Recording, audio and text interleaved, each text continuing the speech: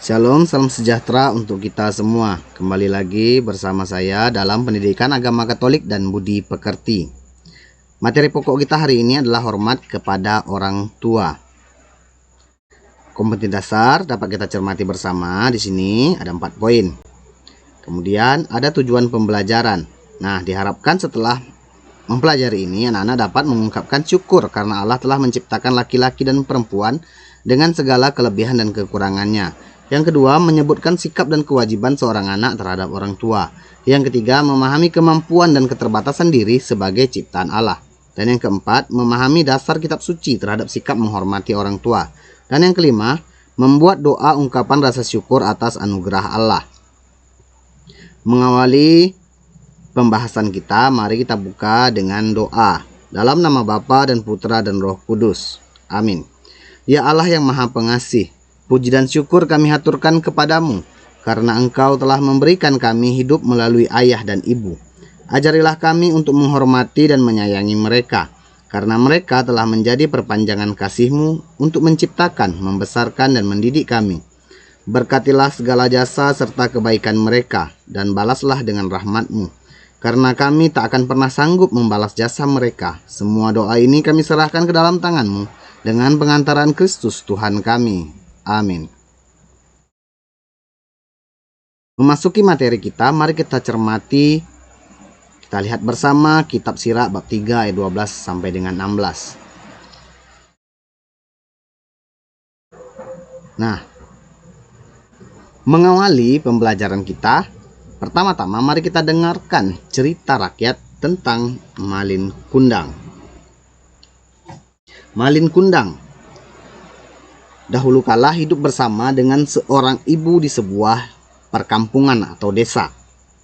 Sebagai seorang pemuda, Malin Kundang mempunyai cita-cita yang luar biasa untuk membangkitkan, menghidupkan, mengangkat harkat dan martabat orang tuanya. Oleh karena itu, Malin Kundang memutuskan ingin merantau atau mengadu nasib ke kota atau di tanah seberang. Malin Kundang akhirnya merantau dan memperoleh kesuksesan di tempat perantauannya. Malin Kundang di sana kemudian menikah dengan seorang putri saudagar kaya raya. Ia kemudian bersama istrinya pergi berlayar sampai ke kampung halamannya. Melihat hal itu, ibunya merasa sangat senang dan gembira. Ia berusaha bertemu dengan anaknya. Namun, yang terjadi sangat menyedihkan. Ketika Malin Kundang bertemu dengan ibunya, Malin Kundang merasa malu karena ibunya yang miskin, jelek, dekil, kumuh. Ia tidak mau mengakui ibunya. Ia merendahkannya, bahkan menghina dan menistakannya. Kemudian singkat cerita, Malin Kundang kembali berlayar.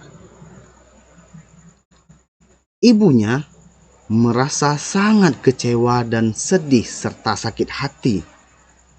Ibunya berdoa kepada Tuhan agar diberikan keadilan. Jika memang pria tersebut adalah Malin Kundang anaknya, berikanlah hukuman yang setimpal, berikanlah keadilan bagi ibunya.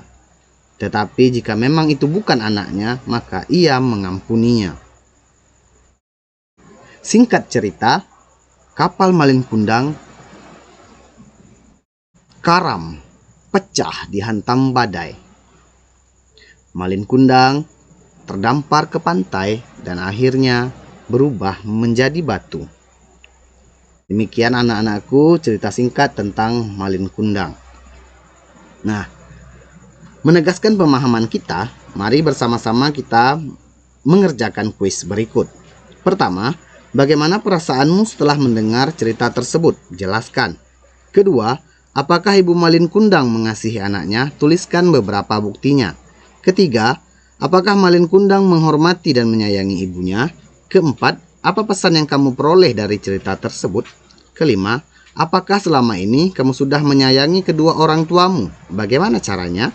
Keenam, mengapa kita harus menyayangi kedua orang tua? Agar kita lebih mendalam, mari kita cermati bersama firman Tuhan berikut. Dari kitab Ulangan bab 5 ayat 16. Hormatilah ayahmu dan ibumu seperti yang diperintahkan kepadamu oleh Tuhan Allahmu, supaya lanjut umur dan baik keadaanmu di tanah yang diberikan Tuhan Allahmu kepadamu. Bacaan ini menegaskan firman keempat dari 10 perintah Allah. Pembacaan yang kedua dari kitab Sirah bab 3 ayat 12 sampai dengan 16. Anakku, tolonglah bapamu pada masa tuanya, jangan menyakiti hatinya di masa hidupnya. Pun pula, kalau akalnya sudah berkurang, hendaklah kau maafkan. Jangan menistakannya sewaktu engkau masih berdaya. Kebaikan yang ditunjukkan kepada bapa tidak sampai terlupa, melainkan dibilang sebagai pemulihan segala dosamu. Pada masa pencobaan, engkau akan diingat oleh Tuhan, maka dosamu lenyap seperti air beku yang kena matahari. Serupa penghujat, barang siapa meninggalkan bapanya, dan terkutuklah oleh Tuhan orang yang mengerasi ibunya. Ada beberapa kuis lagi untuk menegaskan tentang isi bacaan tersebut. Pertama, apa kewajiban kita sebagai anak terhadap orang tua menurut Sirah bab 3 ayat 12 sampai dengan 16?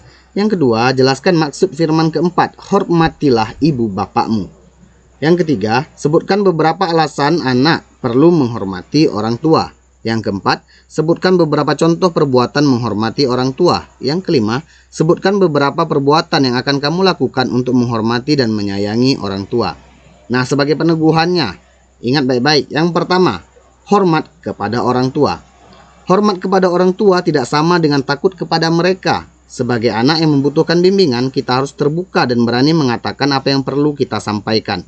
Tetapi sebagai bentuk hormat, kita harus berbicara secara sopan, rendah hati, tidak merendahkan dan tidak menghina mereka. Yang kedua, cinta terhadap orang tua. Ada kalanya orang tua merasa lelah, sakit atau memerlukan bantuan, khususnya jika usia mereka semakin lanjut. Sikap cinta sebagai anak sungguh mereka perlukan. Kita perlu menemani mereka dengan senang hati, memberi perhatian, menolong, mendoakan dan menunjukkan rasa terima kasih atas segala kebaikan mereka. Poin yang ketiga, taat kepada orang tua. Kita percaya bahwa orang tua merupakan perpanjangan tangan Tuhan yang memiliki peran sebagai pemimpin di dalam keluarga. Sebagai pemimpin dan perpanjangan tangan Tuhan, orang tua pantas kita taati. Ketaatan kita terhadap orang tua merupakan bukti bahwa kita mengakui kepemimpinan serta didikan kasih mereka. Tentu saja, ketaatan yang dimaksud perlu disertai dengan sikap kritis dan akal sehat. Dan yang keempat, membantu orang tua. Tanpa mengingat atau mengharapkan imbalan, kita sepatutnya selalu bersedia untuk membantu dan menolong mereka, terutama ketika mereka berada di dalam keadaan yang memerlukan bantuan. Misalnya, ketika mereka sedang lelah, sakit, tidak berdaya, atau merasa kesepian. Nah, anak-anak yang terkasih, demikian pembahasan yang kita bahas bersama. Semoga dapat bermanfaat untuk kita semua. Sekian dan terima kasih. Tuhan Yesus memberkati.